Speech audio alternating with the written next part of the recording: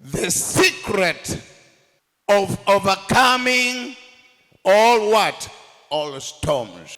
Storm, as I said, in the family. Storm in your job. And the Bible says, and Marcus says, it was, and the certain day, Jesus told them, let us go other side of what?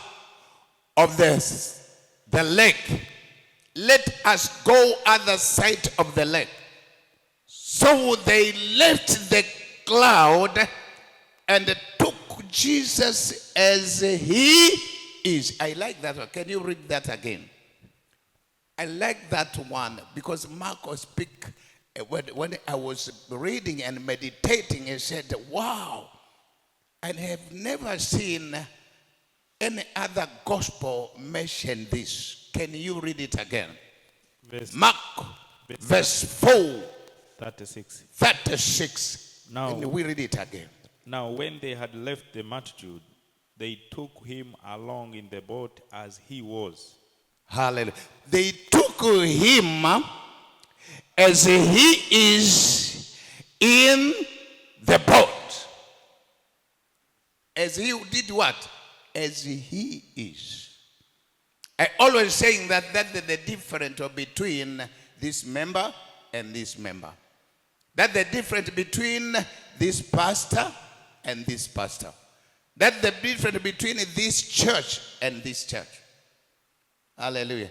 If they took him as he is, there is a possibility also to take him as he was not. Hallelujah. They took him as he is. Otherwise, if they could take him as he was not, he could not help them. Hallelujah. So, they took him as he is in the boat.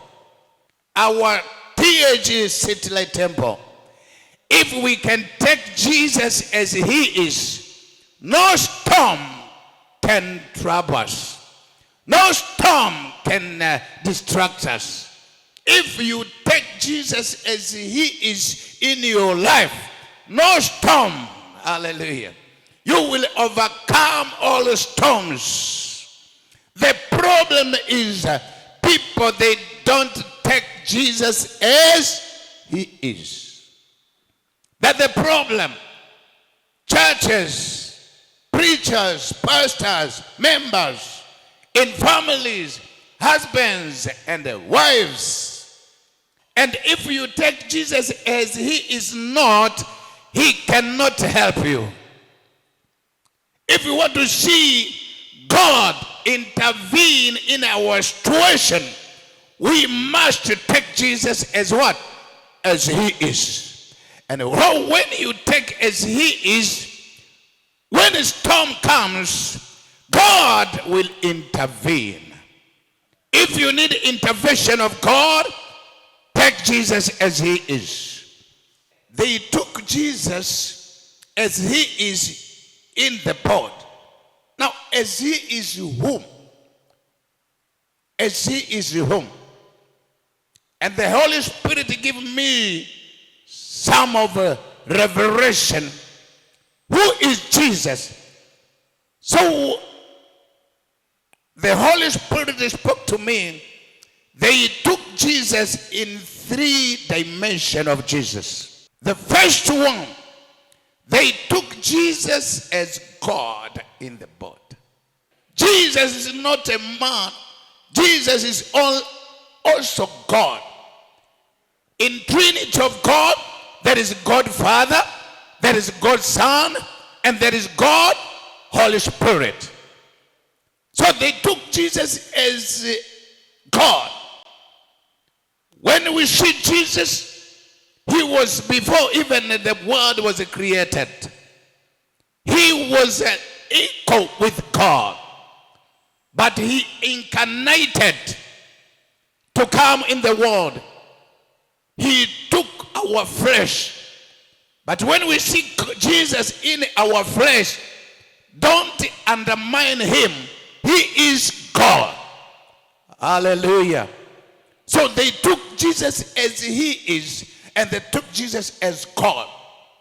Can we go to the book of John 1:1? The Bible says, The Bible says, in the beginning was the Word, uh-huh, and the Word was with God, and the Word, was God. the Word was God, and the Word took the flesh. Hallelujah. In the beginning was God, and the Word was with God, and the Word was God, and the Word took flesh. Incarnation. Hallelujah. So as God, as you take God as he is, what God required from you, God required obedience. God cannot work with somebody who doesn't obey him. He always required obedience. That's why he said in the book of 1 Samuel, verse 15-20, Is better than sacrifice. to obey is better than sacrifice. Because God, he requires from us obedience. Take Jesus as God. And when you take Jesus as God, you obey him. And when you obey him, God will intervene in your situation. I'm here to tell you, obey God. If you want the storm to come down, obey God, you will see the storm comes down. God will intervene in your situation if you obey God. The second, they took him as he is in the boat. They took him as Joshua in the boat. Hallelujah. They took him as Joshua in the boat. Joshua means Savior. Jesus means Savior. So Savior in the boat. Jesus, he is the Savior. He is the Word becoming flesh. He is God, took the flesh. Now Savior, what Savior needs? Savior needs relationship. Personal relationship. That's why Jesus did not stay in heaven. He came in the world so that he can have a fellowship with us. He needs a relationship. Hallelujah. The book of John, chapter number 15, verse 15. Amen. What does it say? The Bible says, The Bible says, no longer do I call you servants, I will no longer call you servant. for a servant does not know what his master is doing. Because the servant does not know what his master's doing. But I have called you friends, I have called you friends. for all things that I hear from my Father, Because of all things I hear from my Father, I have made known to you. I've made known to you. Hallelujah. I will never call you friends. You know what? When a servant does well, he will be promoted to the friends. Hallelujah. Hallelujah. If you humble yourself before the Lord, God will do what? Will take you to become his friend. Hallelujah. Hallelujah. When you humble yourself, you will be lifted up. Humble yourself before God and he will lift you up. The servant, which means he said, I will no longer call you what? Servant. Which means he was calling them servant. They began in servanthood. And the servanthood is obeyed. When you are a servant, hallelujah, you are to obey to the master. Then if a servant does well, he will be promoted. They start as servants. Do this in the morning, and they were obeying. They obey. I said, now I've promoted you. I will no longer call you servant. You are my friends now. Hallelujah. Friends, make Jesus to be your friend. Personal relation, what? Shape with God. When you walk with the Jesus as your friend, whatever storm will come before you, that storm will not hit you alone. It will hit with Jesus also.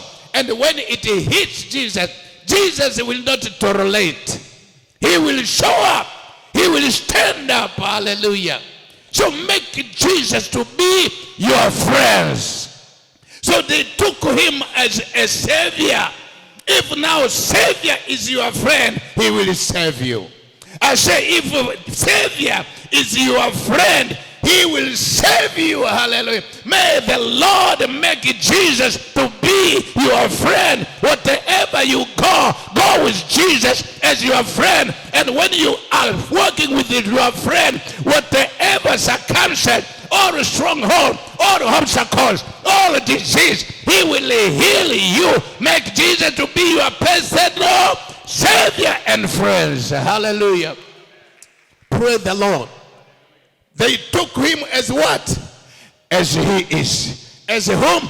As God. As whom? As Savior. Jesus in the boat. The third one, they took Jesus as the Word in the boat. Hallelujah. They took Jesus as the Word of God in the boat. So what is the word required from us? Hallelujah. I said, as God, he required from us obedience, right? I said, as a Savior, he required us what? Relationship, personal relationship. As word, what the word required? What the word required from us? Trust. Hallelujah. Trust. Trust. When the word comes to you, trust the word. Hallelujah. In the beginning was the word, and that word was with God, and that word was God, and that word has come to us. Trust the word. Hallelujah. Trust the word. That's why when the wine went up, this servant, they trusted the word. Hallelujah. Whatever he speaks to you, obey it. Trust it. Trust the word. Luke chapter number 7:7, I think, if I quote it. These centurions, we all know the history of centurions. His servant was sick. Hallelujah. And he sent the people to tell Jesus so that he can come and heal his servants. And then the Bible says when Jesus was on the way coming, he said, you don't have to come to my house. Just speak the word. I will trust in the word. Speak the word and my storm will become calm. Hallelujah.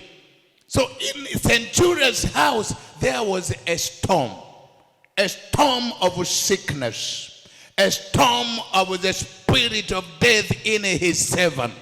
There was the spirit of death, storm of killing. And this man, he said, I know the power of the word.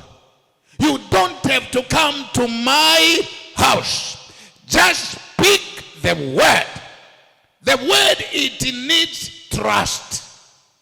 Trust the word of God. Speak the word and my servant shall be healed. And Jesus was expecting that. I said, I never see such a face in this world. Hallelujah. And the Bible said he spoke the word and the servant was healed. What the Bible said in the book of Psalm 107, Psalms 107, Psalms, Zaburi 107, 20, 107, the book of Psalm 107, the verse 20. Amen. Verse 20. Mhm. The Bible reads, The Bible reads, He sent His word He sends His word and healed them. and heal them. Hallelujah. He sent His word. Only trust the word. Amen. If you want the storm to be calm, speak and trust the word. Hallelujah. I always saying, when Peter was in the boat and when the waves came, Peter said, if you are Jesus, speak the word, command me to walk on water. Hallelujah. And the Bible said, Jesus said, walk on water. Come. So I always say, Peter did not walk on water. Hallelujah. I always say, Peter did not walk on what? On water. Peter walking on the word of God. He walked on the word of Jesus. Hallelujah. There was water. Water was there. But Peter walking on the word of Jesus. Come. And that word makes a bridge to walk on the water. Hallelujah. So God is leading to trust in His word. If you trust in His word, you will make all storm comes. You will be overcome in all storm which will come in your way. Hallelujah. Praise the Lord. And I always say, the word cannot work without the word. That's why God says, pray. Hallelujah. So when we pray, we speak the word to God. Because He said, I know even you have not yet pray, I know your need. And if we know our need, what should we pray? Because He knows. Did Jesus knew the boat was in trouble? He knew. The boat is in trouble. So the word cannot work without the word. Praise the Lord. He knew. He know you are passing through some storm. So He said, come and speak. Talk to me so that I can talk to the storms. He was waiting the word. Hallelujah. I cannot heal you until you speak to me. Until you pray. Pray. Hallelujah. Pray so that you cannot enter into temptation. I know there is temptation. I know it, but He said, pray so that you cannot enter into temptation. Why don't you stop temptation? And you know it. I need your word.